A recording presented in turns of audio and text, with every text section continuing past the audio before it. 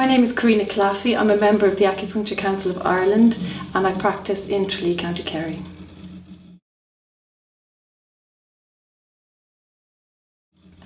I would see a lot of IBS. Apparently 10 to 20% of people suffer from it, especially women, and I find a lot of patients have it at some point, a small amount at some point. You'd also see constipation, vomiting, stomach pain, epigastric pain, a fair bit of that.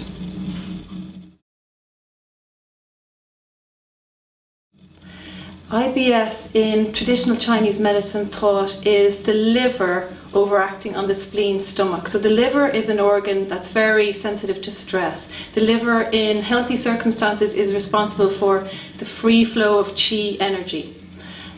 So when stressed, especially if the person has a weak digestive system already, the liver will cause these kind of problems and irregular bowel movements.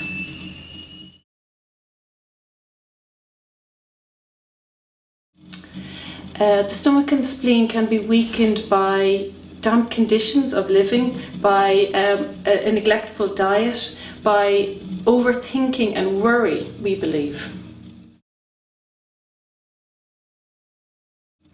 Well, the traditional Chinese thought on this would be that the diarrhoea sufferer will have the weaker spleen, that a weak spleen and stomach qi will be predominant in that case.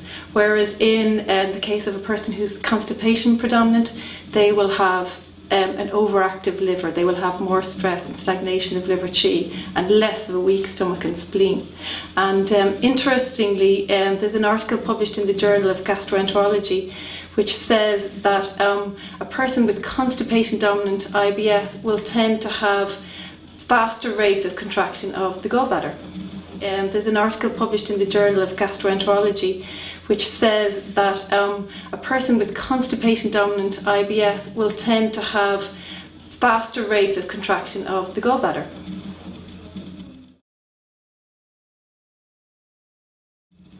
Well, serotonin, as we know, is a neurotransmitter which acts in the brain. It affects mood, digestion, appetite, memory and learning.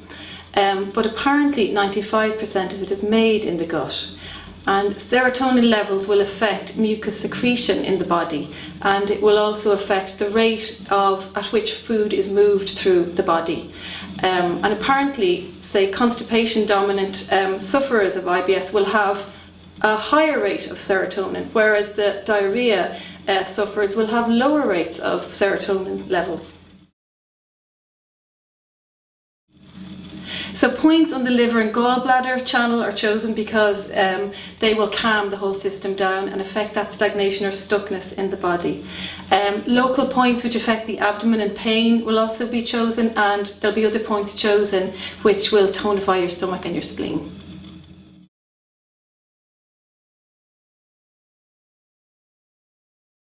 Now, when a person reacts to a food that is normally well tolerated, it shows again that they have a weak stomach and spleen qi and weak digestive fire. They also will have probably stagnation of liver qi and possibly an element of dampness, which is a stuckness and a heaviness and difficult to treat and get rid of. That person would do well from doing a food sensitivity test to identify the culprits. A lot of the time they'll be grains, wheat is a number one, coffee, citrus fruits. And that person will usually do better on low GI foods. So your chia seeds, your flax seeds, and your oats and your brown rice are great for that kind of person.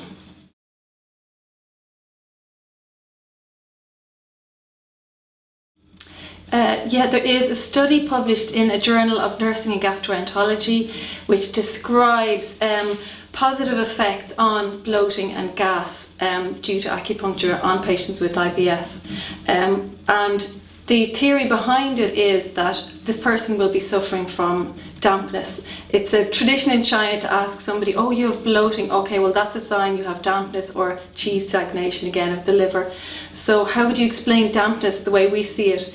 It's fluid retention, a tendency towards fluid retention, which causes a sluggishness and a slower ability to digest your food.